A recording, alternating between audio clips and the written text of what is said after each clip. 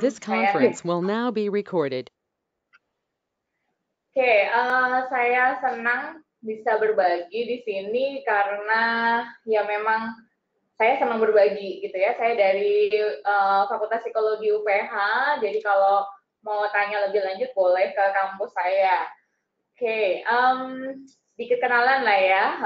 Saya ini lebih banyak praktisi, bukan penulis atau peneliti seperti yang lainnya mungkin gitu ya. Saya dulunya konselor sekolah, 5 tahun di sekolah gitu ya. Jadi banyak pengetahuannya tentang psikologi pendidikan pastinya, dan join juga dengan salah satu radio, ya radio Heartline gitu ya, di satu program Parenting with Heart. Jadi kalau ada masalah biasanya kasus-kasus terutama buat anak dan remaja, boleh tanya-tanya. Ada email saya juga kalau ada pertanyaan lebih lagi boleh tanya saya. Oke, ada pertanyaan sejauh ini? Oke, kita lanjut ya. Oke, saya nanya dulu deh dari yang kelihatan nih, nggak tahu yang lainnya nggak kelihatan soalnya gitu ya. Kira-kira punya harapan apa di sesi ini, pola belajar siswa Indonesia? Mau chat, mau ngomong juga boleh. Kalau dengar kata belajar, kira-kira gimana ya?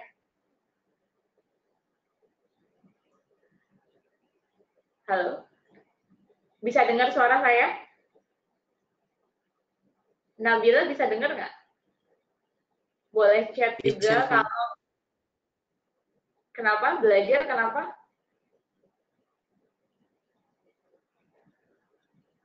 Halo, apakah semua masih mendengar saya?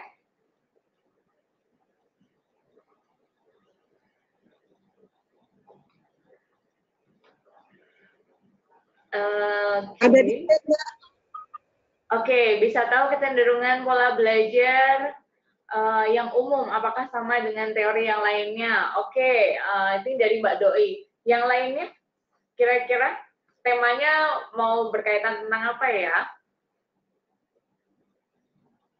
Nabila mungkin? Saya nggak bisa dengar suaranya Nabila nih. Kayaknya Nabila mau ngomong, boleh chat kalau saya nggak bisa dengar soalnya. Aku juga agak putus-putus Kak ini, jadi susah. Agak putus-putus ya? Sinyal kali ya. Oke, kalau ada pertanyaan boleh via chat, saya bisa baca juga ya. Kalau ditanya bisa tahu kecenderungan pola belajar yang umum, apakah sama dengan teori yang lainnya, semoga bisa terjawab juga. Mungkin juga ada beberapa pertanyaan, boleh nanti ditulis ya. Biasanya orang nanya belajar itu apa gitu ya. Kira-kira ada yang mau jawab, lewat chat juga boleh loh. Belajar itu apa ya? Ada yang tahu? Mungkin mau jawab, boleh. Belajar itu apa ya? Mas Eko nih yang rajin belajar, boleh jawab juga. Belajar itu apa ya? Mungkin siapa tahu ada yang mau jawab, boleh loh. Ada yang lagi ngetik, ada yang malah live gitu. Kalau boleh share webcam semua ya, karena saya nggak bisa ngeliat. Saya hanya bisa lihat Mas Eko aja, yang lainnya belum share webcam, mungkin bisa share. Farel juga hilang tadi ya.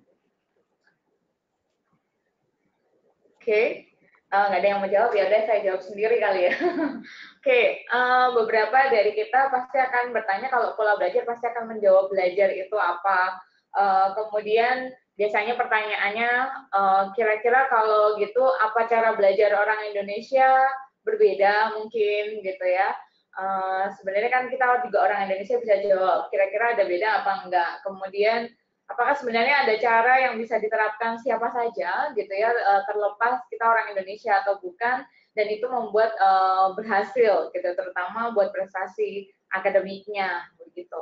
Oke, ini outline-nya sebenarnya. Jadi kalau boleh saya menulis ini berdasarkan memang fenomena atau penelitian-penelitian yang ada tentang pola belajar siswa di Indonesia, tentang prokrastinasi yang mungkin juga sering didengar, dan kemudian kita bahas tentang self-regulated learning gitu ya, pola belajar secara mandiri, dan pastinya ada kaitannya dengan budayanya Indonesia itu sebenarnya seperti apa. Oke, kalau memperhatikan Indonesia kan cukup luas gitu ya untuk mengeneralisir gitu ya pola siswa Indonesia ini mungkin perlu dilakukan penelitian, siapa tahu mungkin dosen-dosen yang mendengar saat ini mau meneliti pola belajarnya siswa Indonesia, ini sangat menarik gitu ya. Jadi boleh nanti kita kerjasama bareng-bareng gitu ya. Oke, sebenarnya kalau dari awal mula, kalau ditanya orang Indonesia tuh sebenarnya rajin atau enggak ya? Dia mau jawab kalau rajin kasih jempol dong. Rajin nggak ya orang Indonesia? Oh jempol ya. Yang angkat jempol cuma Mas Eko doang nih. Rajin ya. Buktinya bagi-bagi nih udah dengerin nih ya. Dari awal mula sejarahnya orang Indonesia tuh seharusnya memang punya cita-cita kan, memang sudah ada tertuang juga di Undang-Undang Dasar gitu ya, saya keluarin semuanya aja, bahwa memang punya cita-cita mencerdaskan kehidupan bangsa gitu ya. Jadi berarti ingin bahwa masyarakat Indonesia itu cerdas.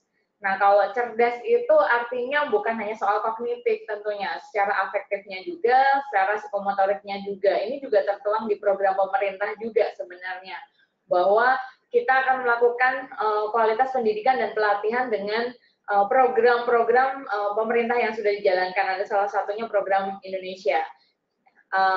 Halo, ada yang baru join juga webcamnya, Destri, selamat bergabung juga. Ya, semoga suara saya bisa terdengar ya. Oke, nah fenomenanya tapi yang terjadi adalah kan kita punya cita-cita tadi pengen kualitas pendidikan dan pelatihan dengan program Indonesia Pintar. Jadi pengen masyarakatnya itu pintar. Tapi yang terjadi kira-kira kalau dalam pendidikan fenomena keseharian gimana ya? Ada yang mau jawab? Apakah benar masyarakat Indonesia mau pintar nggak ya? Mau ya, pastinya. Oh, ada yang bilang enggak gitu. Gimana nih yang mahasiswa? Pengen nggak sih sebenarnya antara keinginan hati dan perilaku keseharian sama nggak ya sebenarnya? Itu yang terjadi sebenarnya fenomena-fenomena yang ada gitu ya. Nah, ini saya tulis peselat gitu ya. Semoga kita nggak terlambat sih ya untuk segera menyadarinya. Nah, fenomenanya adalah kenapa saya tunjukin jam. Teman-teman pernah dengar istilah jam karet? Fenomena jam karet? Ya, jam karet itu artinya apa ya? Ada yang mau ngomong? Namanya juga karet ya, yang molor-molor gitu ya. Mungkin punya pengalaman, ada yang mau sharing tentang jam karet ini? Bener nggak ya? Mungkin saya di sini, siapa tahu beda juga di Sumatera, atau mungkin di tempat lain, mungkin di Jakarta. Sama nggak ya? Ada fenomena jam karet? Boleh dengar suaranya? Ada? Jam karet juga? Itu Sama sama sih kayak Kak. Suka prosesnya suka sih, Kak. terlambat juga kayak misalnya kalau di kampus nih lagi rapat itu tuh pasti kayak telat gitu. Oke, kalau di kampus juga telat. Bagaimana Destri? Punya pengalaman jam karet? Ya kalau ada perkuliahan itu telat juga kadang. Oke. Kadang dari dosennya atau dari mahasiswanya juga sih. Oh gitu ya, dua-duanya berarti ya. Ada mahasiswanya, ada dosennya. Ya mungkin ini Iya, juga Kak. sekali buat dosennya supaya tidak telat, jadi on time gitu ya. Jadi memang ada banyak kasus ataupun keseharian kita nggak asik dengan jam karet sebenarnya. Kalau kuliah jam 9, datangnya jam berapa ya? Jam 9, berarti datangnya jam berapa ya? Jam 9 baru OTW mungkin. OTW-nya aja OTW ke pintu kali ya. Jadi fenomena jam karet ini memang terjadi sih di Indonesia. Jadi seringkali menunda-nunda. Kalau bisa ditunda, kenapa harus sekarang? Mungkin beberapa dari kita seperti itu. Jadi kalau cerita tentang fenomena jam karet ini, kalau bisa ditunda, kalau bisa molor kayak karet, biasanya orang Indonesia cenderung seperti itu. Nah, ini sebenarnya istilah yang mungkin nggak asing kalau di psikologi tentang prokrastinasi. Jadi perilaku yang menunda-menunda gitu ya, dan mungkin sebenarnya punya dampak yang tidak menyenangkan di kemudian hari juga. Sampai akhirnya mungkin kita kewalahan. Benar nggak? Setuju nggak? Tugasnya ditumpuk-tumpuk sampai H-1 atau 1 jam sebelum pengumpulan. Bener katanya ya. Oke, jadi itu membuat sebenarnya kewalahan juga sebenarnya bukan hanya para mahasiswa tetapi dosen-dosennya mengumpulkan pada saat sudah hari deadline-nya sudah lewat. Itu yang terjadi gitu ya. Bener nggak Mas Eko kayak gitu? Aduh gitu ya. Ya, betul ya. Saya nggak dengar suaranya Mas Eko nih. Chat aja Mas. Oke, jadi setuju ya. Oke. Jadi banyak sekali faktor sebenarnya yang membuat orang menunda. Ya ada yang memang karena memang kesulitan, mungkin ada juga yang karena cemas, karena pengennya hasilnya tuh maksimal. Tapi yang ada justru malah nggak maksimal karena memang ditunda-tunda terus ngerjainnya 1 jam sebelum. Jadi percuma juga gitu. Atau sekarang mungkin lagi ujian, apakah sudah selesai ujian UTS mungkin di kampus lain atau sedang mempersiapkan?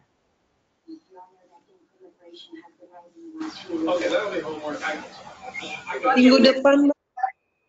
Oh, baru minggu depan. Nah, mungkin topik ini akan berguna juga buat teman-teman yang persiapan UTS gitu ya.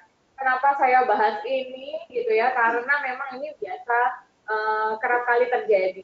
Saya boleh main nggak? Saya boleh main Kahoot? Ada yang tahu Kahoot? Saya exit dulu. Kalau semuanya bisa dengar saya akan lebih enak kalau mau main. Halo, bisa dengar suara saya? Bisa. Mau main Kahoot? Ya, oke. Saya keluarkan dulu. Saya sebentar ya. Saya mau main. Boleh buka Kahoot-nya. Boleh buka kahoot.com. Oke, saya lihat ya.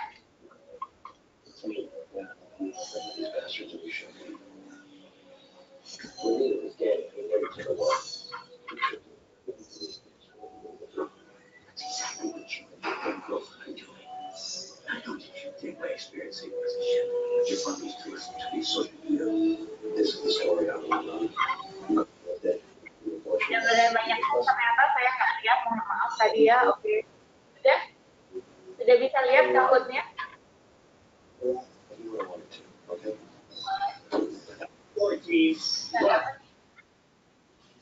Apakah sudah lihat?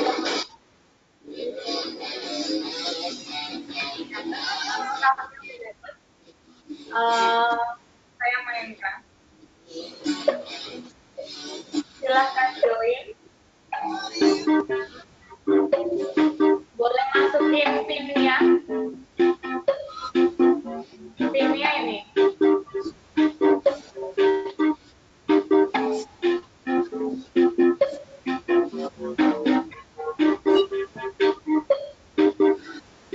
Boleh masukin PIN-nya. Sudah bisa masuk ke Kahoot.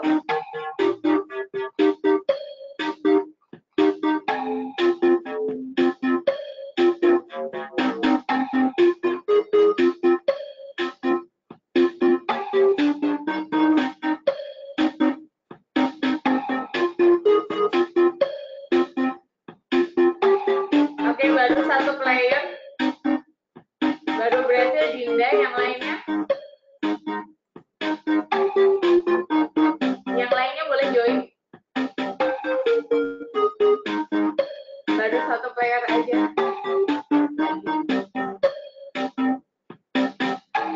Playernya masa cuma 1 Dinda nih. Yang lainnya, halo. Mas Eko join dong Kahoot.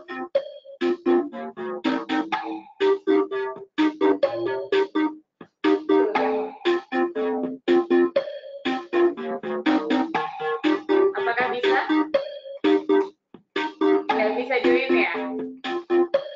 Oke, kalau nggak bisa join, saya tampilin cuma 1 orang doang. Nggak seru nih kalau 1 orang. Halo, yang lainnya gimana? Oke, ya yang lain berarti cuma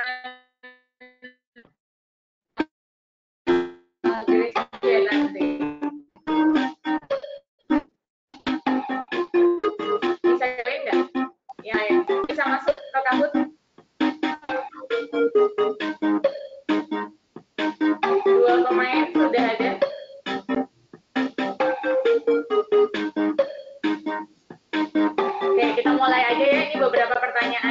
sebenarnya. 3 pemain baru masuk. Saya nunggu apa ya? Sampai 5 lah ya.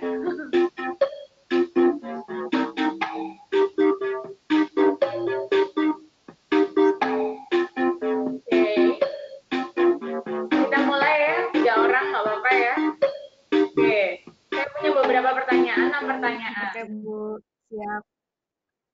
Ya. Ada. Jawab benar atau salah. Malu-maluin kalau salah. Lebih Lebih baik baik terlambat yang yang datang adalah budaya Indonesia. Jawab budaya Indonesia. True. Silahkan Yang jawab mana? benar atau True. silahkan jawab. Di Bentar, Malupati sama ini. Aku udah jawab belum? langsung dipencet aja dulu awal. Udah. Oke. Ya, udah jawab ya. Waktunya ada batasnya soalnya. Jadi mungkin boleh dijawab lebih baik datang Oh, kebetulan. daripada tidak budaya Indonesia nggak ya? Termasuk budaya Indonesia? Oh, bukan. Iya, lebih. Kalau Bener. kalian Kamu jawabannya salah. Kamu kita kepencet deh kayaknya. Aku jawabnya benar. Oh, true. ada yang Harusnya false. benar, ada yang salah. Oke. Halo. Yang lain Ya, ada. Oke ya, lanjut ke pertanyaan kedua ya. Oke, ini yang benar Esther nih ya. Oke, pertanyaan yang kedua. Motivasi itu adalah dorongan dari dalam dan dari luar. Benar kan? Boleh jawab true atau false? Ya, sudah ada yang menjawab.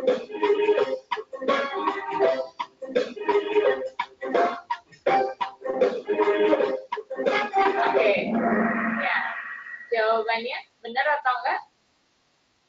Ya, oh semuanya jawabnya benar ya. Oke, nice. Ya, sudah tahu memang dari dalam maupun dari luar, nggak bisa hanya salah satu. Oke, ini Dinda dan Grace. Wah, udah. Oke ya, oke. Kita next ya. Pertanyaan berikutnya, silahkan dijawab.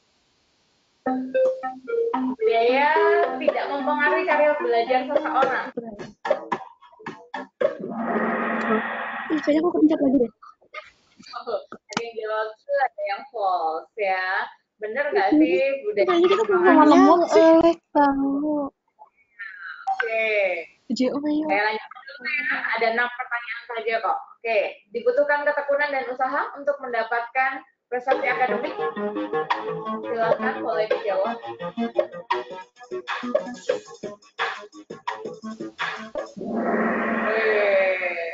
Sudah tahu nih ya Prenowo. Ya, oke, memang dibutuhkan ketekunan dan usaha ya. Oke, saya nextin dulu yang kelima. Rasa percaya akan kemampuan. Nah, disebut motivasi. Benar atau salah?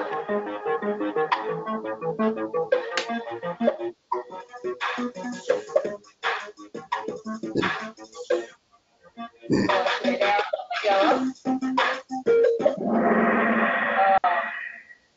Benar atau salah? Berarti jawabannya?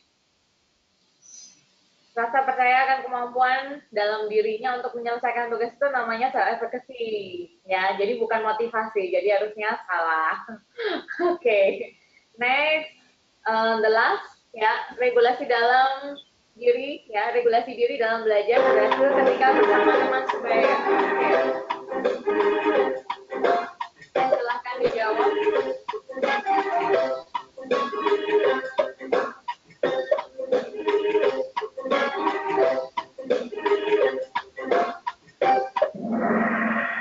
Ada yang jawab benar, ada yang salah. Jawabannya nanti tunggu sampai perkuliahan ini berakhir karena sebenarnya jawabannya ada di perkuliahan kita hari ini ya.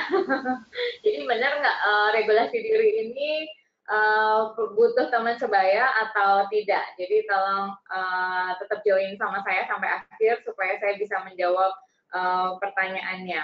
Nah, hasil penelitiannya mengatakan bahwa kalau tadi kita bahas tentang jam karet, sebenarnya fenomenanya nggak hanya di Indonesia sih.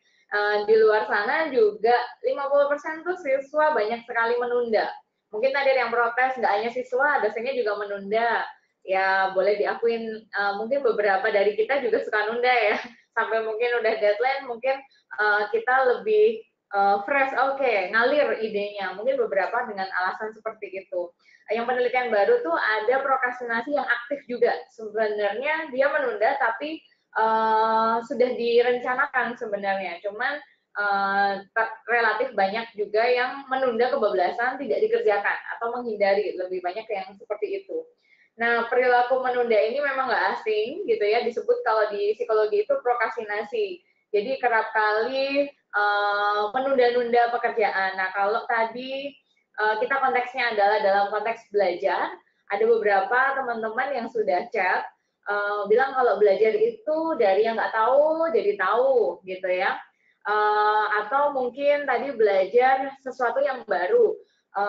Belajar itu sebenarnya pemahamannya adalah sesuatu yang permanen, yang bisa kita gunakan juga untuk kehidupan kita sehari-hari. Nah, berharap pada sesi hari ini kita bisa belajar supaya diterapkan dalam kehidupan kita sehari-hari. Jadi bukan hanya knowledge, udah tahu nih prokras itu menunda, lalu kita hayati dan kita lakukan. Justru bagaimana solusinya supaya kita tidak prokras, semoga itu terjawab dari sesi kali ini. Ya, jadi banyak kasus sebenarnya yang ada di luaran sana gitu ya, sehingga membuat kita merasa bahwa menunda itu budayanya kita. Padahal saya mau flashback, ada yang tahu wayang kulit? Ada yang tahu ceritanya wayang kulit? Oh, ada yang geleng-geleng sudah ya. Ada yang tahu nggak ya? Wayang kulit budayanya orang Indonesia bukan ya? Sudah diakuin ya secara internasional bahwa wayang kulit itu budayanya dari Indonesia. Tapi seberapa banyak dari kita yang belajar dari cerita-cerita tokoh-tokoh pewayangan. Nah, saya perkenalkan salah satu cerita yang saya angkat di dalam buku. Pastinya saya nggak sempat semuanya, tetapi hanya beberapa saja. Bahwa pertunjukan wayang kulit ini patut untuk dilestarikan. Kenapa? Dari situ kita mengenal nilai budaya Indonesia. Maka tadi saya nanyakan, apakah benar datang terlambat itu budayanya Indonesia? Kalau dari salah satu budayanya di ceritanya pewayangan, justru tidak. Kenapa? Karena mereka ini sebelum para raja datang, ksatria datang, semuanya sudah ready. Nggak mungkin dong ya kalau kita mau bertemu raja atau mungkin presiden, maka kita datang terlambat, pasti kita akan menyiapkan diri juga. Nah, cerita-cerita para pewayangan ini salah satunya yang saya ambil adalah kisah Resi Rabia dan Bharadwaja, gitu ya, dua Brahmana yang mereka ini masing-masing punya anak dan ingin dititipkan ke seorang guru, begitu ya, diajarkan. Nah, tapi ada satu anak Yawakrida ini iri gitu ya sama kedua anak Rabia gitu ya, memilih nggak mau belajar, dia menyiksa diri bersemedi biar dapat ilmu langsung begitu ya. Tetapi yang terjadi adalah tidak seperti itu. Bathara Indra sebagai guru mengajarkan bahwa cara yang benar itu untuk belajar sesuatu itu adalah dengan cara sabar dan tekun. Tidak bisa yang satu waktu kalian hanya berdoa langsung dapat ilmu. Itu bukan sesuatu yang ilmiah juga gitu ya. Ada usaha, ada doa juga. Tidak bisa hanya salah satu. Perlu untuk belajar dengan sabar dan tekun. Ini cerita pewayangan yang bagus gitu ya, bercerita tentang karakteristik orang. Jadi kalau mau dapat nilai A, gimana caranya? Apakah hanya tinggal tidur aja lalu besok dapat nilai A begitu ya? Ya, tentu tidak. Harus belajar, mungkin butuh ketekunan juga dan butuh usaha. Cerita menarik yang lain gitu ya, mungkin teman-teman, sorry saya kebablasan, sorry ya. Jadi kalau Pandawa, kalau yang tadi mungkin nggak terlalu familiar, kalau yang ini mungkin lebih familiar. Tahu Pandawa? Ada 5 tokoh dalam pewayangan, ada Yudhistira, ada Bima, Arjuna, Nakula, Sadewa. Ya, saya yakin beberapa paling kenalnya Arjuna gitu ya, Arjuna mencari cinta ya. Enggak, ternyata dari 5 tokoh pewayangan ini sebenarnya mereka ini adalah ksatria. Ksatria ini kalau mau ahli di bidangnya, mereka perlu berguru. Nah, gurunya adalah Drona gitu ya, maha gurunya. Mereka dididik diberi ajaran berbagai ilmu pengetahuan, begitu ya, supaya para bangsawan ini bisa nanti jadi kesatria yang tangguh. Nah, Pandawa ini belajar dengan cukup lama dan berlatih gitu ya, mengikuti ujian, dan bahkan mungkin kalau zaman sekarang tuh ujiannya nggak cuma tertulis, tapi ini benar-benar ujiannya di depan rakyat, panglima, kerabat, dan raja. Jadi mereka benar-benar berguru, menguasai gitu ya ilmu yang sudah diajarkan. Makanya bisa jadi kasatria yang tangguh. Kenapa? Ya karena mereka mau belajar dan berusaha sekuat tenaga. Nah, ada satu di antara kelima Pandawa ini yang paling paling kuat lah ya. Siapa itu ya? Bisa jawab nggak kira-kira? Dari kelima itu yang paling tekun belajar, akhirnya jadi kasatria yang paling tangguh. Ada yang mau jawab? Apakah Yudhistira, Bima, Nakula, Arjuna, atau Sadewa? Ada yang mau jawab? Siapa yang paling tangguh? Boleh chat kalau ini ya enggak ini kedengaran saya.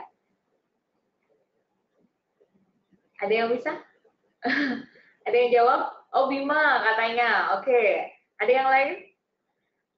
Jadi karena kerajinannya bukan Bima, sayang sekali, Arjuna yang paling rajin loh. Ada yang jawab Yudhistira. Oke, thank you ya. Jadi jawabannya adalah Arjuna sebenarnya ya. Oke, jadi Arjuna seorang kasatria yang memang rajin, tekun, dan dia memang berjuang sedemikian rupa gitu ya. Nah, ini sebenarnya sama aja dalam kehidupan nyata, bahwa ada faktanya bahwa dalam kehidupan yang nyata manusia yang ahli selalu mengalahkan manusia yang baru belajar. Maka memang perlu bahwa kita ini belajar lebih dan lebih, sehingga siswa-siswanya ahli juga dalam bidangnya, atau bahasa lainnya paling sederhana adalah punya kompetensi. Sekarang ini dicari psikolog itu juga banyak, tapi yang punya kompetensi itu yang spesifik biasanya yang dicari. Nah, lalu pertanyaannya biasanya dari kalian adalah gimana tuh supaya saya menjadi yang ahli gitu ya. Kalau ada statement belajar aja tidak mau gitu ya, bagaimana mau jadi ahli gitu ya. Jadi kalau mau jadi ahli tentu mau belajar juga. Pertanyaannya yang menarik adalah kita butuh strategi sebenarnya. Nah, salah satunya yang membantu teman-teman supaya bisa ahli di bidangnya adalah mampu meregulasi diri. Regulasi diri ini terutama dalam proses, kali ini konteksnya adalah belajar, self-regulated learning. Jadi proses pemantauan, gitu ya, saya tulis di sini, proses pemantauan atau self-monitoring, mengaktifkan pikiran, kemudian perasaan, dan perilaku secara sistematis untuk mencapai tujuan pembelajaran. Jadi kalau begitu, supaya tidak terjadi yang namanya kognitif disonan, mungkin teman-teman juga tahu itu, gitu ya. Jadi harus belajar bersama-sama nih, gitu ya, antara pikiran, perasaan harus sinkron, gitu ya. Jadi memang saya mau belajar, saya punya tujuan. Teman-teman punya target nggak? IPK-nya semester ini mau berapa, begitu? Mau 4? Mau 5 nggak ada ya, 4 ya skalanya ya, gitu ya. Jadi mungkin kalau punya goal itu akan sangat terbantu sekali dengan strategi pola belajar mandiri ini. Karena pola belajar mandiri ini benar-benar active learning atau siswanya yang belajar secara mandiri. Seperti mungkin teman-teman, nggak ada dosennya di sana, nggak ada yang ngawasin, secara mandiri juga belajar. Untuk dengerin, untuk memaknai saat ini tuh lagi belajar apa. Ada yang pernah belajar self-regulated learning? Ada yang pernah? Boleh jawab saya nggak dengar soalnya. Ada yang pernah tahu nggak tahap-tahapannya self-regulated learning itu apa? Udah belajar nih harusnya yang udah ambil psikologi pendidikan ada? Nggak ada? Nggak ada yang mau jawab. Ada berapa tahap ya? Oke, saya keluarin aja. Oke, ini adalah tahapannya sebenarnya. Jadi kalau tadi saya tanyain, ada punya target nggak semester ini dapat IPK berapa? Sebenarnya mengevaluasi, oh kalau semester ini saya kurang bagus gitu ya, maka kita perlu tingkatin nih nilainya. Lalu buat tujuannya. Tujuannya saya mau dapat 80 misalnya. Lalu planningnya apa? Setiap hari saya perlu belajar berapa menit misalnya. Nah, itu perlu untuk ada tertulisnya, jadi self monitoringnya. Jadi mau 30 menit, 1 jam saya perlu belajar, lalu dilakukan. Jangan cuma direncanakan aja, kan kebanyakan dari kita kan merencanakan saja tapi tidak melakukan sesuatu. Nah, ini perlu untuk actionnya ada, lalu dilakukan monitoring. Oh, hari ini saya berhasil nih nyediain waktu 30 menit. Hari besok belum tentu. Besoknya lagi berhasil nggak? Ini harus continue, karena dibilangnya adalah sistematis, jadi maka harus dilakukan memang secara terus-menerus juga. Akhirnya mendapatkan hasil yang maksimal juga. Ini siklusnya terus-menerus, jadi kalau caranya ini belum berhasil, maka saya perlu cari strategi yang lain. Oh, ngapain? Oh, saya belajarnya potong-potong misalnya, 30 menit per hari. Boleh tanya nggak? Kalian belajar sehari berapa menit? Ada yang mau jawab berapa menit ya per hari? Atau nunggu ujian aja kalau belajarnya? Boleh jawab dong. Saya nggak dengar suaranya nih Mbak Doi. Teman-temannya yang lain bisa jawab? Berapa menit dalam sehari? Oh, SKS. Oke, thank you kejujurannya. Sistem kebut semalam ya. Oke. Ada yang lain? Berapa menit mungkin dalam sehari? Sebelum kelas belajar nggak ya? Oh, sejam. Oke. Sejam dan SKS. Wow. Kalau satu hari itu ada 7 chapter atau 7 bahan, wow, bisa mabuk ya. Setengah jam setiap hari ya. Oke, nice. Kalau ini setengah jam sebelum ujian atau setengah jam per hari? Pertanyaannya. Per hari. Oke, thank you Nabila. Oke. Destri menyediakan waktu buat belajar nggak ya? Malah hilang. Oke. Jadi mungkin kalau continue terus-menerus ya pasti akan lebih maksimal. Dan ini membuat kita akhirnya ngerti, oh saya itu belajar apa ya. Dan ini yang saya teliti sebenarnya, saya lakukan intervensi buat anak-anak yang nilainya di bawah KKN. Nanti saya cerita di bawahnya. Oke, jadi SRL ini juga akan berhasil bukan hanya karena modulnya atau strateginya gitu ya. Oke, thank you jawabannya buat Destri, sejam per hari SKS dan kalau mau presentasi. Oke, jadi kalau mau presentasi baru belajar, berarti mungkin para dosen boleh beri tugas banyak-banyak lah ya presentasi supaya belajar, begitu kali ya. Oke, jadi SRL ini saya boleh lanjutin dulu ya, akan berhasil ketika ada faktor yang lain, yaitu salah satunya adalah keyakinan dalam diri atau self-efficacy. Dan tentunya ada faktor afektifnya, motivasinya dari dalam gitu ya. Jadi nggak bisa hanya dari luar didorong-dorong, ayo kamu berprestasi, tetapi juga dari dalam maupun dari luar juga. Oke, saya lakukan satu penelitian dulu, intervensi sebenarnya gitu ya. Ada banyak sebenarnya penelitiannya self-regulated learning ini efektif buat meningkatkan prestasi akademik pada siswa SMP. Namun yang saya lakukan adalah memberikan pelatihan gitu ya, hasilnya untuk statistiknya kurang signifikan. Nah ini banyak kendala pasti. Kenapa saya kalau statistiknya nggak signifikan, nanti di belakang saya juga akan jelaskan juga. Karena kemampuan regulasi ini perlu buat dilatih terus-menerus. Jadi penelitiannya biasanya longitudinal. Nah yang saya lakukan ini memang kurang panjang kayaknya gitu ya, baru 1 semester gitu. Dan ada banyak faktor sebenarnya kalau mau cerita, benar self-regulated learning ini dari dalam diri. Tapi kita nggak bisa abaikan faktor-faktor yang dari luar. Kenapa? Saya boleh jelaskan. Karena memang ada faktor di luar. Kalau belajar itu, kalau misalnya lagi berantem sama teman, gimana? Bisa konsen belajar nggak ya? Atau lagi berkonflik sama pacarnya, yang punya pacar mungkin? Gimana? Habis diputus, bisa konsentrasi belajar nggak ya? Atau mungkin habis berantem sama mama papa, bener nggak ya? Bener nggak? Jadi faktor dari luar mempengaruhi nggak belajar? Oke, ada yang mengangguk? Oke ya, kalau nggak ada webcamnya boleh share sekali lagi supaya saya nggak merasa cuman berempat ini di sini gitu ya. Jadi memang betul SRL ini, thank you Esther, mempengaruhi ya. Oke, jadi Adeline juga thank you gitu ya. Jadi apa yang kita rasakan, yang kita pikirkan, yang kita lakukan itu pasti ada faktor-faktor dari luar juga. Nah, ini yang saya kaitkan mungkin sembari mengingatkan gitu ya, masing-masing dari kita itu punya konteks di mana kita tinggal. Dari teorinya ekologinya Bronfenbrenner juga membantu menjelaskan sebenarnya. Jadi kalau misalnya kamu tinggal di mana, budayanya di mana, ya itu mempengaruhi perkembangan hidupnya. Dan juga mungkin kalau bicara soal selain ada individunya, ada komunitas di sekitarnya yang dia menghabiskan waktu sehari-harinya atau di mikrosistemnya. Jadi antara misalnya keluarganya, sekolahnya. Kamu sekolah di mana itu juga mendorong kamu untuk mau belajar atau enggak. Ya, jadi kalau misalnya di sekolahan yang kompetitif ya biasanya mau nggak mau kan terpaksa akhirnya mau belajar gitu ya. Kalau teman-temannya malas ya itu juga mungkin mempengaruhi juga, motivasinya juga akan menurun.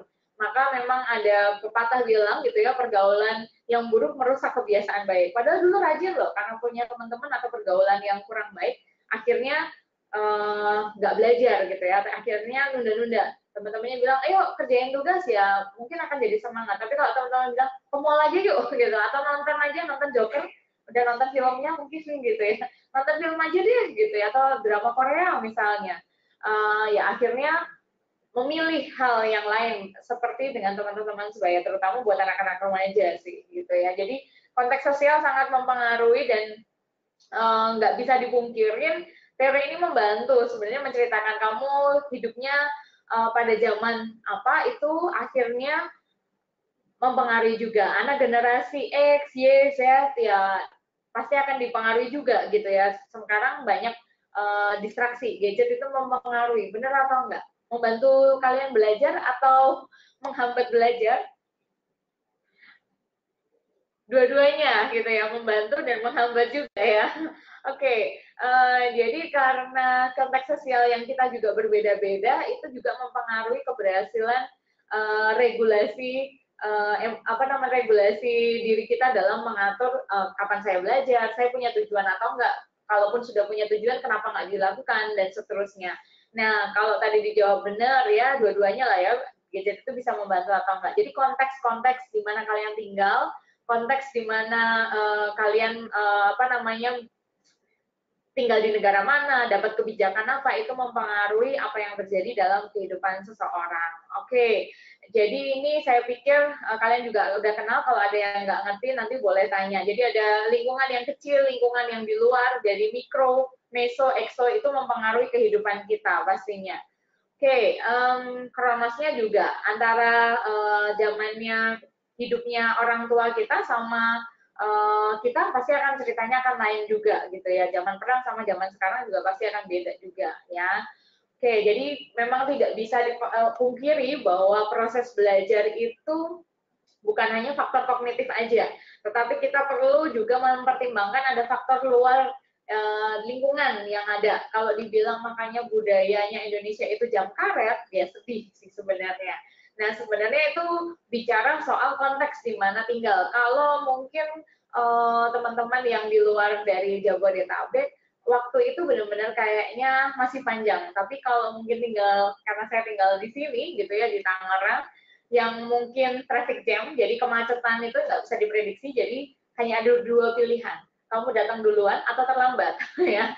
Jadi mau pagi-pagi benar, atau kamu bakalan kelewatan karena 5 menit itu berharga gitu ya. Jadi pasti akan dipengaruhi juga konteks di mana kita tinggal sebenarnya. Dan teori ini juga membantu bahwa menjelaskan perkembangan kita ini dipengaruhi loh dari keluarga yang kita benar-benar berinteraksi, sekolah, sampai akhirnya kebijakan pemerintah juga mempengaruhi cara belajar kita. Contoh kalau di Indonesia kurikulum ganti ketika apa? Teman-teman ada yang tahu kurikulumnya atau sistem pendidikannya ganti ketika salah satunya mungkin polisinya atau mungkin menteri pendidikannya ganti, betul nggak? Benar nggak Mbak Doi? Benar ya. Jadi itu terjadi. Jadi baik yang mungkin kita berinteraksi langsung maupun yang tidak langsung itu mempengaruhi cara atau proses belajar kita. Sekarang ditekankan kompetensi, kita harus punya sertifikasi. Jadi itu akan mempengaruhi juga cara belajar kita juga. Oh harus sungguh-sungguh dalam satu bidang supaya nantinya ilmu kita juga dipakai juga di masyarakat. Oke, sampai sini ada yang mau tanya? Ada tanggapan? Silahkan, boleh. Kak mau nanya, kan kalau belajar yang ampuh itu kan dengan self-regulated learning itu ya yang tadi. Nah, kalau seandainya seseorang itu lagi dalam keadaan konflik, gimana caranya untuk tetap memunculkan self-regulated learning itu, biar dia ya tetap bisa belajar gitu dengan baik. Makasih. Oke, thank you. Boleh saya mundurin berarti slide-nya ya. Oke, kalau dalam konteks tadi dibilang kondisinya adalah mungkin lagi putus cinta begitu ya, harus memunculkan gimana nih supaya saya bisa mengaktifkan pikiran saya, perasaan saya supaya tetap fokus. Ini yang biasa saya lakukan, harus punya lembar monitoring. Self monitoring itu tetap ada dan perlu untuk dilakukan meskipun konteksnya ya memang sih ada masalah itu nggak bisa dihindari. Contoh, kalau lagi putus kan sedih ya, bener ya, misalnya contoh ya. Ya diterima, di accept memang perasaannya memang sedih, tapi perlu diingat lagi saya punya goal. Ketika saya punya goal, punya mimpi, at least gitu ya, punya harapan, itu yang menjadi tujuan kamu. Kenapa ya saya perlu tetap menyediakan waktu untuk tetap belajar?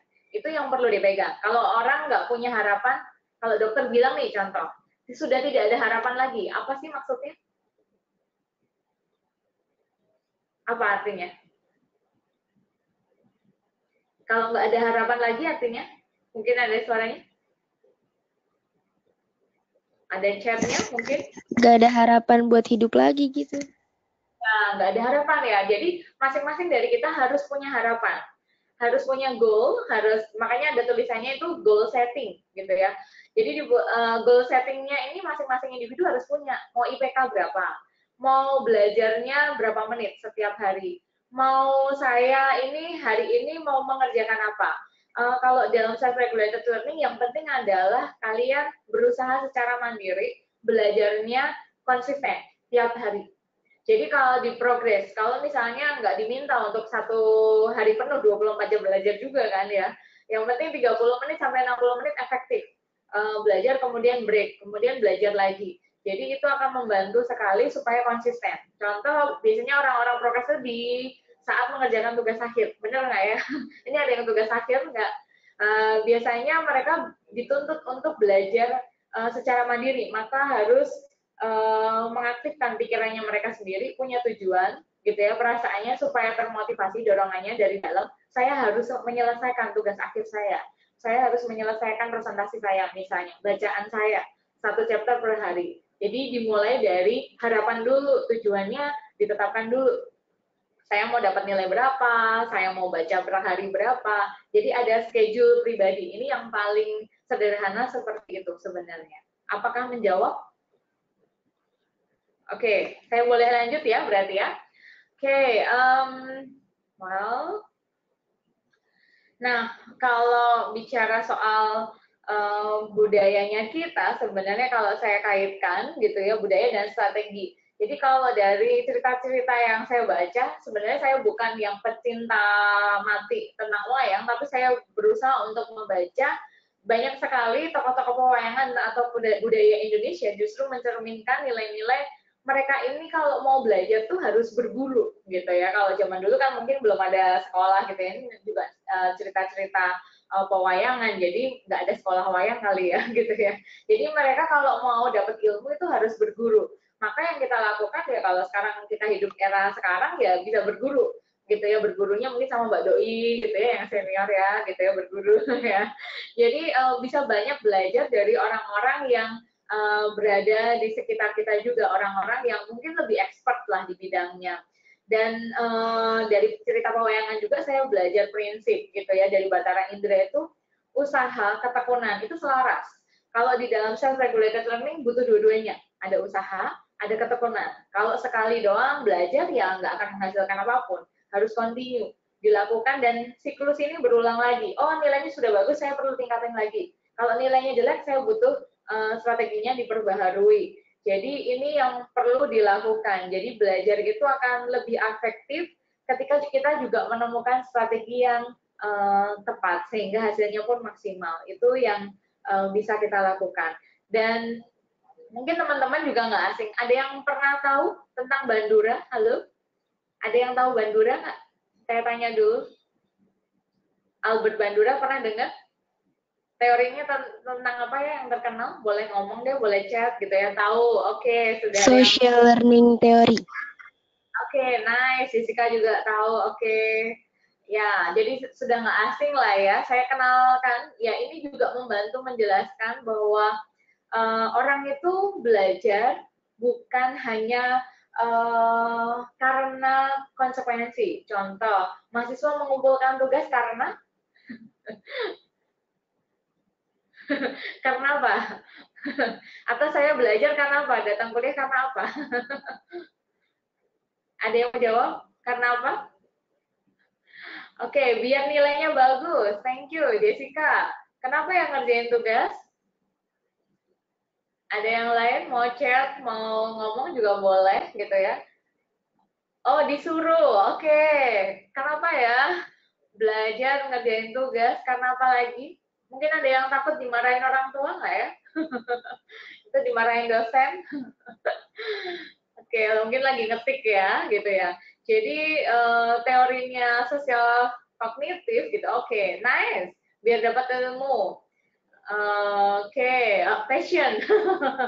Oke, ya ditanyain tuh ya, passion ada enggak ya, gitu ya. Jadi maksudnya, jadi kalau belajar itu bukan hanya karena konsekuensi sebenarnya. Oke, ini kenapa sudah zamannya? Oke, sudah zamannya belajar gitu maksudnya, Farel? Oke, ya. Kalau belajar itu bukan, ada lagi nggak jawabannya? Sudah? Oke. Jadi beberapa dari, sorry, saya kepencet ya. Jadi kalau teorinya kognitif sosial ini, mau cerita sebenarnya manusia itu proaktif mestinya, bukan reaktif. Belajar ini ada proses mental di dalam otak kita lah pastinya. Proses mental yang nggak kelihatan. Kita nggak perlu harus dapat konsekuensi. Kita observe, kita lihat, kita bisa lakukan. Ternyata itu juga proses belajar juga. Jadi belajar itu harusnya dari dalam diri, bukan karena dari luar saja. Ya benar, mungkin lingkungan mempengaruhi. Akhirnya mempengaruhi tindakan kita dan seterusnya. Siklus ini kan juga memang saling mempengaruhi keterkaitan satu dengan yang lainnya. Apa yang kita pikirkan, apa yang kita lakukan, itu berdampak juga pada lingkungan dan seterusnya. Jadi kalau begitu, apakah lingkungan bisa dikendalikan? Ada yang jawab? Lingkungan bisa dikendalikan nggak? Dari ketiga faktor ini, person, environment, behavior, mana yang paling bisa kita kendalikan? Ada yang mau jawab? Dari lingkungan, person, orangnya, perilakunya, sama environment. Mana yang bisa dikendalikan? Oke, sudah ada jawabannya. Nice. Ya, diri kita ya yang bisa dikendalikan. Sepakat ya? Setuju ya? Oke, nice. Jadi kalau begitu, diri kita lah yang memang benar kita bisa kendalikan, maka ada teknik ini, self-regulated learning. Jadi diri kita lah yang mengatur diri kita apa yang dipikirkan, yang dirasakan, dan dilakukan, sehingga kita bisa maksimal dalam belajar. Ini salah satu tahapan yang saya adopsi dari Zimmerman gitu ya, yang waktu intervensi. Jadi perlu buat analisis dulu, analisisnya itu apa, ya saya itu mau nilai berapa misalnya. Ini yang konteksnya yang paling sederhana mahasiswa, dan apalagi minggu depan mau UTS begitu ya, kalau di sana gitu ya 1 minggu, atau kalau di UPH sudah UTS sebenarnya minggu ini. Jadi saya mau dapat nilai berapa ya, itu perlu ditetapkan, dan saya perlu buat mendorong untuk mengerjakan itu. Perlu dorongannya dari mana? Dari dalam diri iya, dan dari luar juga, dan berharap bahwa memang apa yang dikerjakan itu diminati juga.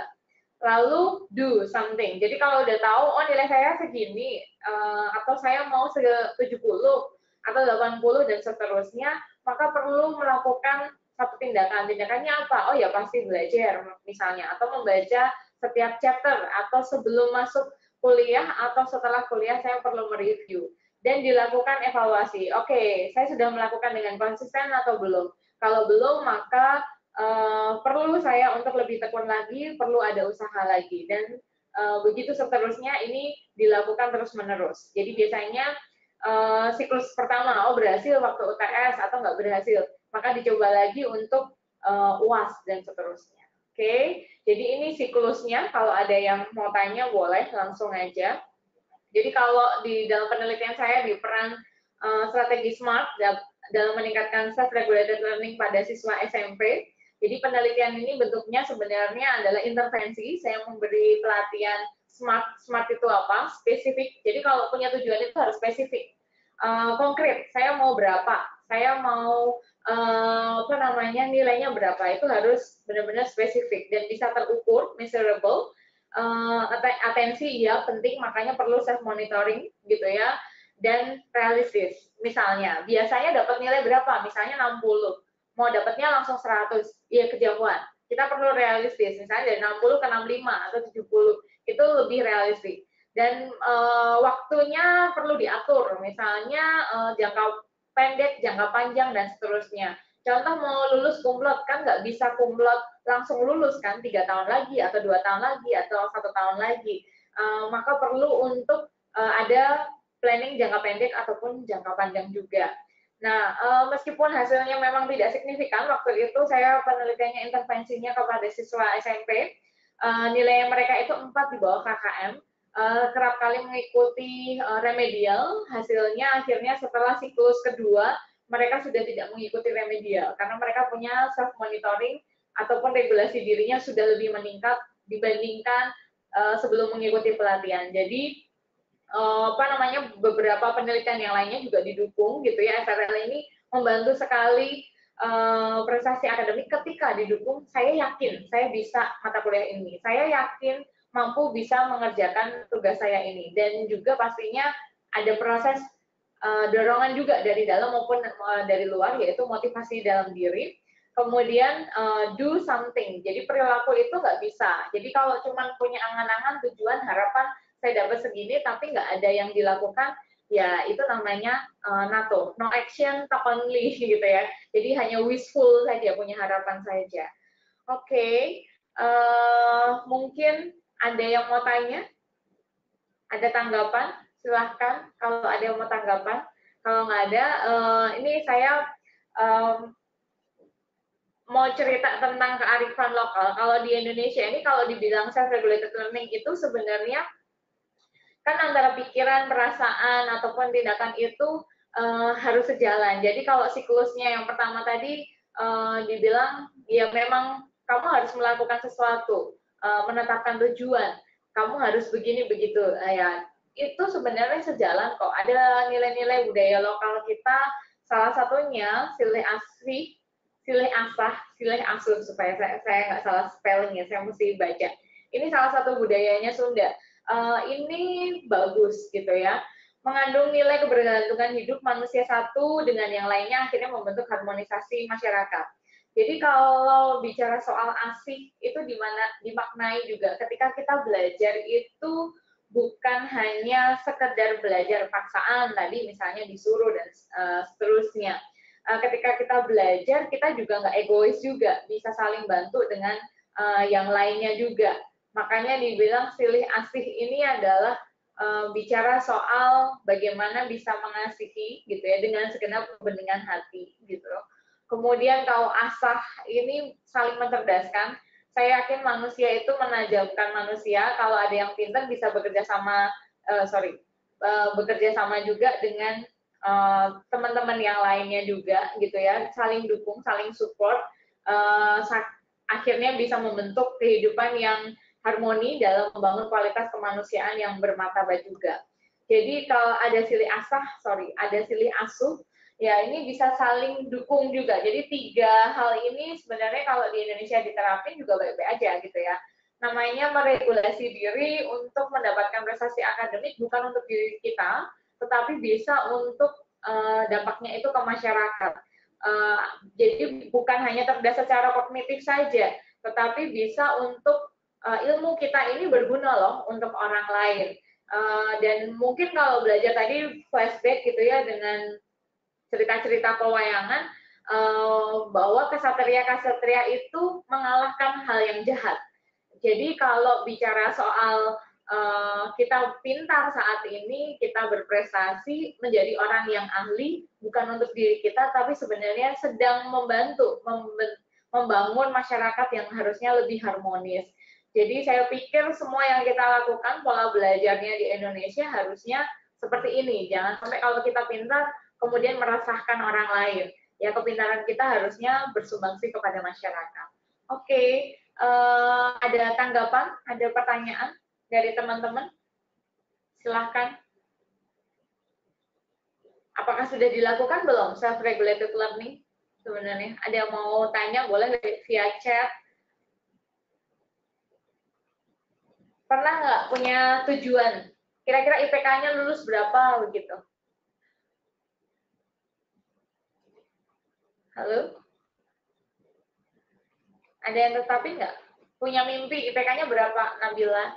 Mungkin Desri. Yang lainnya boleh sharing webcam dong?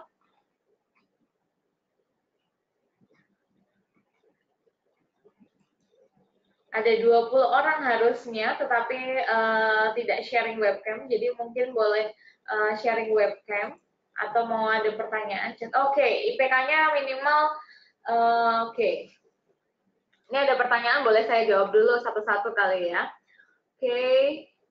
Cara efektif untuk istirahat saat belajar bagaimana? Oke. Cara efektif untuk istirahat saat belajar. Oke. Efektifnya ketika sama seperti di sekolah lah, jam belajar sama jam istirahatnya harusnya lebih banyak jam belajarnya, jangan dibalik. Nanti jangan-jangan jam istirahatnya kebablasan, akhirnya nggak balik lagi belajar. Jadi perlu buat di-set. Misalnya break itu 15 menit misalnya. Ya itu akan lebih efektif, apalagi kalau sekarang kan zamannya sudah ada gadget, jadi perlu mungkin misalnya dibuat alarm misalnya, itu akan lebih efektif pastinya. Jadi belajar 40 menit misalnya, breaknya 10 menit aja, kemudian segera harus belajar lagi. Semoga itu membantu ya untuk istirahat, supaya nggak kemana-mana, perlu alarm. Oke, ini ada pertanyaan dari Dinda. Miss, mau tanya, kalau kita udah belajar, udah memaksimalkan, tapi ternyata hasilnya nggak sesuai, apa yang harus diperbaiki? Mungkin dicek lagi strategi belajarnya misalnya. Belajarnya gimana? Kalau tadi sistem kebut semalam, setahu saya ya sulit sekali ya akan nilainya maksimal. Misalnya kita perlu memang tabel monitoring. Belajar itu harus konsisten seperti Batara Indra tadi yang saya kutip gitu ya. Butuh ketekunan dan usaha. Harus konsisten nih belajarnya, nggak bisa sehari sebelum begitu ya. Oke, semoga itu menjawab Dinda. Kok pertanyaannya banyak ya? Oke. Mbak Doi juga nanya nih, mau nanya tentang kearifan lokal, belajar untuk orang lain juga itu, mau tanya tentang kearifan lokal, belajar untuk orang lain juga itu bagaimana ya? Oke, apa yang kita pelajari sebenarnya kalau tadi kan dibilang, jadi silih asih, asuh, itu nilai yang membentuk. Jadi kalau kita itu belajar, nggak buat diri sendiri sebenarnya ilmunya, tetapi bisa berdampak juga buat orang lain sehingga membentuk masyarakat yang harmonis. Itu sih maksudnya, kenapa untuk orang lain. Contoh misalnya kalau saya belajar psikologi gitu ya, bisa untuk dibagikan psikoedukasi misalnya tentang kesehatan mental untuk orang-orang di sekitar. Nah itu juga menunjukkan memang kita peduli juga kan buat orang lain. Sebenarnya salah satunya seperti itu. Atau pembelajaran itu tadi yang ada pertanyaan, kalau self-regulated learning itu bisa berhasil nggak kalau dengan teman-teman sebaya? Jadi tekniknya adalah kita perlu buat tujuan satu komunitas kecil biasanya. Jadi kalau misalnya yang saya lakukan intervensinya itu, misalnya nilainya di bawah KKM, kemudian mereka satu komunitas tahu, oh saya punya kekurangan ini, saya punya kelebihan ini, ya masing-masing kan setiap orang masih punya kelebihan dan kelemahannya. Jadi bisa saling tugas kelompok itu membantu, misalnya cooperative learning itu membantu. Jadi artinya ketika belajar nggak hanya dirinya aja, tapi misalnya ada yang mendorong juga kan, motivasi juga nggak dari dalam aja kan, butuh orang-orang yang juga mendukung. Jadi ketika belajar itu bukan buat diri sendiri, tapi lebih banyak juga berdampak juga kepada orang lain. Mbak Doi, apakah menjawab ini pertanyaannya? Oke, nice. Farel, Kak, Indonesia kan pernah dijajah, ada nggak pengaruhnya dengan pola Indonesia sampai sekarang? Oke, sejauh yang saya tahu ya, jadi kalau pernah dijajah, kemudian sama yang enggak, sebenarnya kan bicara soal tadi ya, Orang belajar itu ada faktor kognitif, ada personnya juga, ada faktor lingkungannya. Jadi mungkin ada pengaruhnya, tapi sebenarnya kita bisa mengendalikan diri kita. Jadi kita bisa membuat jadwal belajar kita, buat tujuan belajar kita, mau dapat nilai berapa, dan seterusnya. Artinya seseorang itu atau individu itu proaktif harusnya, bukan reaktif. Jadi itu semoga menjawab. Konteks memang mempengaruhi, tetapi bukan berarti menentukan seutuhnya. Apakah menjawab, Farel? Boleh jawab ya, pola belajarnya. Oke, dalam intervensi terjadi berarti ya, iya. Karena memang sifatnya komunitas. Ada pertanyaan lain mungkin? Sudah terjawabkah? Oke, Farel, thank you. Ada pertanyaan, Nabila, mungkin, Desri? Oke, nice. Apakah bisa dipahami self-regulated learning-nya, pola belajarnya? Semoga bisa berguna buat mempersiapkan UTS yang belum UTS, ya. Jadi kalau belajar jangan SKS alias sistem kebut semalam. Jadi belajar itu perlu dipersiapkan, perlu punya tujuan, punya harapan. Kalau enggak, ya nggak bisa. Jadi melakukan yang pertama tahu dulu nilainya berapa sih, gitu ya. Jadi perlu ditetapkan targetnya, ditingkatkan. Kan nggak mau diturunkan juga kan nilainya, bener nggak? Nilainya maunya meningkat terus. Jadi dari berapa? Biasanya saya berapa ya? Jadi evaluasi, oh nilai saya masih 60 atau 70, maka saya perlu tingkatin jadi berapa? 80 misalnya, atau 75 lah, atau minimum nilainya A atau B, dan seterusnya. Ketika sudah tahu mau dapat nilai 70, ya apa yang perlu saya lakukan? Masing-masing kan cara belajarnya beda-beda. Ada yang pakai mind map, bikin ringkasan mungkin, summary, ya. Itu akan membantu, dan tolong jangan bilang kalau belajar itu cuma baca doang gitu ya. Baca itu belum menunjukkan apakah kalian sudah benar-benar menghafal atau enggak. Mungkin perlu buat note, tapi jangan jadi contekan ya. Belajarnya memang untuk dihafal gitu ya, supaya merecall kembali. Semakin banyak diingatkan, semakin akan ingatan kita pun tetap bertahan lebih lama di long term memory gitu sih. Oke, ada tanggapan lain?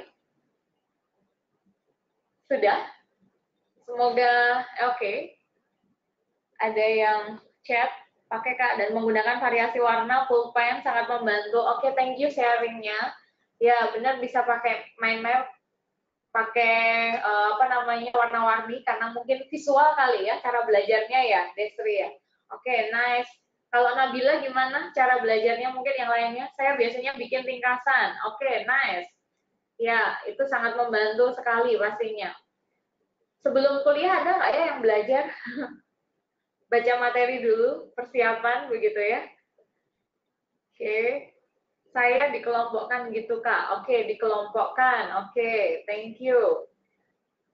Yang lain bagaimana cara belajarnya? Mungkin bisa sharing, dan itu berhasil nggak? Nilainya lebih baik nggak gitu ya. Jadi kalau belum baik, mesti kayak gimana gitu ya. Masing-masing individu soalnya beda-beda, soalnya strateginya. Yang jelas, ada yang mungkin lebih peka ketika mendengarkan saja, ada yang melihat, ada yang mungkin sambil bergerak, jadi masing-masing pasti beda-beda. Oke, ada yang masih belum tahu yang cocok dengan saya. Oke, Adeline. Ini perlu cari tahu ya, yang paling pas akhirnya hasilnya bisa lebih baik dan lebih maksimal. Ada banyak cara, mungkin ada yang note, bikin tulisan, ada yang mungkin bikin gambar-gambar, ada juga yang mungkin dari kita lebih enak hanya dengerin. Jadi kalau misalnya nih contoh kuliah online enak ya Mbak Doi ya, bisa didengerin ulang, kalau lagi nggak ngerti dengerin ulang lagi. Apa sih maksudnya self-regulated learning misalnya?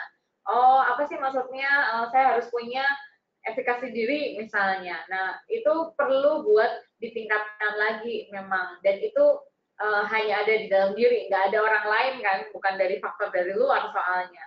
Lagi pula dorongan itu untuk mau belajar juga bukan karena iming-iming, oh dapat nilai saja, konsekuensi enggak. Tadi kita belajar bahwa individu harus bisa belajar itu bersifatnya adalah proaktif, bukan reaktif seharusnya. Itu sih yang bisa saya bagikan. Ada tanggapan, ada yang lain, pertanyaan? Oke, sudah clear? Oke. Oh, ada tanggapan? Saya lihat buku, oke.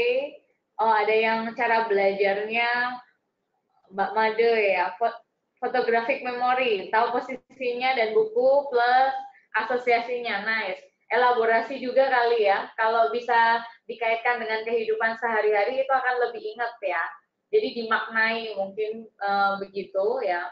Ini kalau ada beberapa yang berhasil, ada yang nggak berhasil. Kalau Mbak Manda, saya pernah baca-baca ini photographic memory. Jadi tahu letaknya di mana, tapi nggak tahu isinya kan juga ada ya. Aduh, saya ingat nih halaman ini, tapi saya lupa isinya. Itu ada juga soalnya mahasiswa yang kayak gitu ya.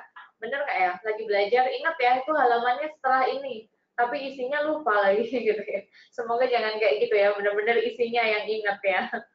Oke, thank you Mbak Manda sharingnya, bisa tahu ataupun juga mengelaborasi. Ada yang lain bisa sharing cara belajarnya yang berhasil? Siapa tahu yang IPK-nya 4 mungkin ada di sini. Bisa sharing cara belajarnya. Oke. Ada fotografik. Oke, ada mnemonik mungkin pakai jembatan keledai, ada yang suka disingkat-singkat. Oke. Yang diingat asosiasinya. Oke. Job-jobnya ya. Jadi ya. Asal ada jobnya, ingat gitu ya. Diingat-ingat SRL. Itu apa sih? Kognitif, afeksi, dan perilakunya harus selaras. Nggak bisa hanya angan-angannya dapat nilai bagus, tapi tidak melakukan sesuatu yang nggak bisa. Ya, oke. Ada dengan chunking. Oke, thank you. Mungkin ada yang mnemonik juga ya, pakai singkatan jembatan keledai. Ya, ada yang lain mungkin. Nabila. Oke, Nabila nggak keluar nih. Oh, udah. Pakai chunkingnya gimana tuh?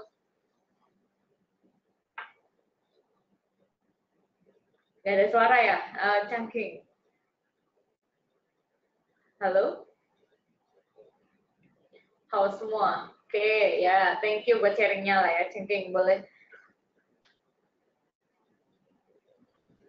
Oke. Masih ada 15 menit. Saya udah selesai nih materinya. Ya, kalau ada pertanyaan boleh. Kalau tidak ada, ini boleh ditutup nggak ya, Mbak?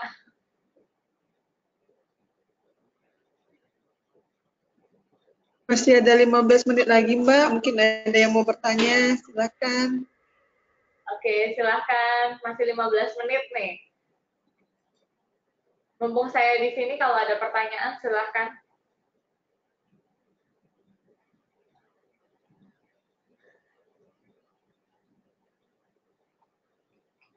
Oke. Kalau tidak nanti saya yang nanya. Oke. Ada pertanyaan? Farel, bagaimana dengan pola belajar Finlandia? Apa dipengaruhi dengan budaya juga? Ya, tadi seperti yang thank you buat pertanyaannya. Seperti yang kita lihat sebenarnya dari teorinya Bronfenbrenner gitu ya, bahwa konteks di mana tinggal itu pasti akan mempengaruhi gitu ya. Saya mundur dulu ya. Oke, jadi kalau pertanyaanmu semoga bisa menjawab ya. Jadi kalau negara beda ya pasti akan ceritanya akan lain juga. Contoh tadi kalau individu aja kan kita beda-beda ya, dengan kapasitas kognitif kita yang berbeda-beda, itu ceritanya juga akan lain. Terus kalau misalnya sistem pendidikan itu juga berbeda juga gitu antara satu negara dengan negara yang lain. Mungkin kalau karena banyak video kali ya, senang ya kalau ngelihat Finland jam belajarnya cuma 2 sampai 3 jam gitu ya, tidak ada PR. Mereka bisa berkreasi atau membuat proyek. Di Indonesia sebenarnya sedang berjalan menuju ke sana kan, banyak proyek, banyak juga variasi-variasi cara pengajaran. Tapi yang jelas kalau pertanyaannya bagaimana dengan pola belajar di luar sana, yang di Finland yang saya tahu ya adalah lebih banyak memang proyeknya dan memang mereka belajar mandiri. Masalahnya kalau di Indonesia disuruh mandiri tuh masih senengnya disuapin gitu ya. Ya, benar nggak? Kalau dosennya nggak ngajar, kalian disuruh baca sendiri, stres nggak? Bisa ya, kan ya. Jadi itu yang terjadi ya, pasti ada pengaruhnya dari budayanya juga gitu. Oke, apakah menjawab, Farel? Oke, ada pertanyaan. Ini yang nanya Mbak Doi malah ya. Oke, Mbak boleh share gambaran proses intervensinya. Oke, Oke, saya nggak tayangin di sini ya. Sebenarnya ada di jurnal Ulayat. Sebenarnya kan udah terbit soalnya ya. Jadi intervensinya ini 2 siklus. Jadi kalau saya majuin ke ini ya tahapannya self-regulated learning-nya. Sorry. Saya majuin dulu. Oke. Ya. Jadi waktu intervensinya adalah saya ambil dulu, pasti subjek saya memang di kelompok kecil gitu ya, anak-anak SMP yang nilainya di bawah KKM. Jadi kalau di sekolah itu misalnya KKM-nya 70, berarti nilai-nilai mereka ini terutama UN yang mau ujian nasional.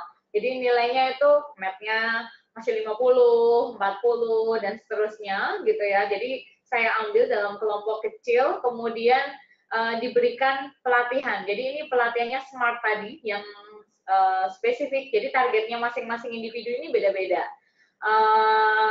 Saya kumpulkan dulu pastinya. Kemudian memang ada modulnya. Jadi modulnya ini mencakup strategi self-regulated learning yang saya buat begitu.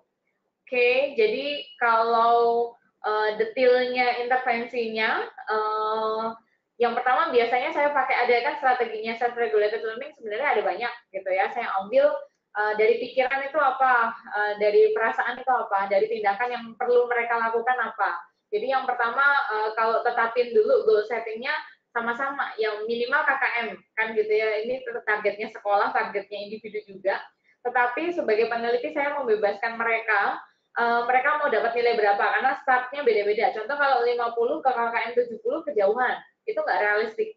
Makanya ada di pelatihan SMART ini, kan tadi ada secara spesifik, kemudian measurable, jadi terukur. Jadi ulangan hariannya mereka saya pantau. Jadi ulangan harian pertama, kalau ini konteksnya anak sekolah ya soalnya, ya bukan kuliah, jadi mereka ada ulangan-ulangan. Jadi kelihatan ulangan matematikanya berapa yang pertama kali, yang kedua berapa kali, berapa gitu ya, ketiga dan seterusnya. Jadi sebelum dilakukan pelatihan SMART, ini namanya SMART strategi SMART gitu ya. Jadi sebelum dilakukan pelatihan berapa nilainya, kemudian setelah siklus yang pertama mereka sudah dapat materinya semua tentang motivasi, tentang bagaimana meningkatkan juga rasa percaya bahwa saya itu sebenarnya bisa. Cuman yang saya butuhkan adalah strategi belajar yang lebih baik misalnya. Jadi itu setelah dapat pelatihan kemudian diukur.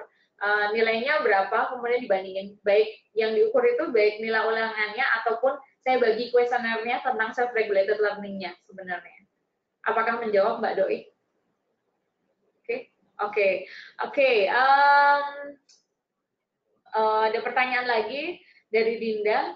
Miss, untuk metode pembelajaran di perkuliahan, apakah lebih baik mereview materi setelah perkuliahan atau membaca bahan materi sebelum perkuliahan? Dua-duanya. Ya, dua-duanya sebelum dan setelah. Sebelum itu kan mempersiapkan supaya di dalam kelas sebenarnya kita nyambung. Ngerti materi bahannya apa. Kalau enggak kan kita juga nggak ngerti sama sekali. Nah, kalau setelah itu kan berarti sudah mendapatkan ilmu kemudian merecall kembali sehingga supaya memori kita bukan di short term, karena short term itu cuma beberapa detik, harus dimasukkan ke long term memory, jadi harus dalam jangka panjang.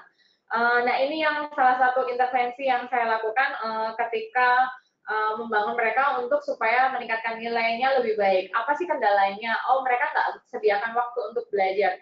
Maka komit setiap hari mau ada ulangan, mau tidak ada ulangan, maka perlu membaca materi atau latihan soal. Itu contohnya. Kalau di math yang saya ingat waktu intervensi adalah mengerjakan soal matematika gitu ya, minimal 5 soal misalnya. Dan itu diselesaikan secara mandiri. Jadi tidak ada PR gitu ya. Jadi mereka latihan soal setiap hari gitu, ataupun membaca misalnya satu bab setiap hari baik sebelum ataupun setelah gitu ya. Semoga itu membantu Dinda, setuju ya. Jadi sebelum perkuliahan dan setelah kuliah baca materi ya. Apalagi kalau mungkin ini mahasiswa saya sepertinya Mbak, jadi materi sudah di-blast gitu ya, dan materi sudah disediakan, jadi berharap bisa dibaca sebelum perkuliahan dan sesudah. Oke, thank you pertanyaannya Dinda.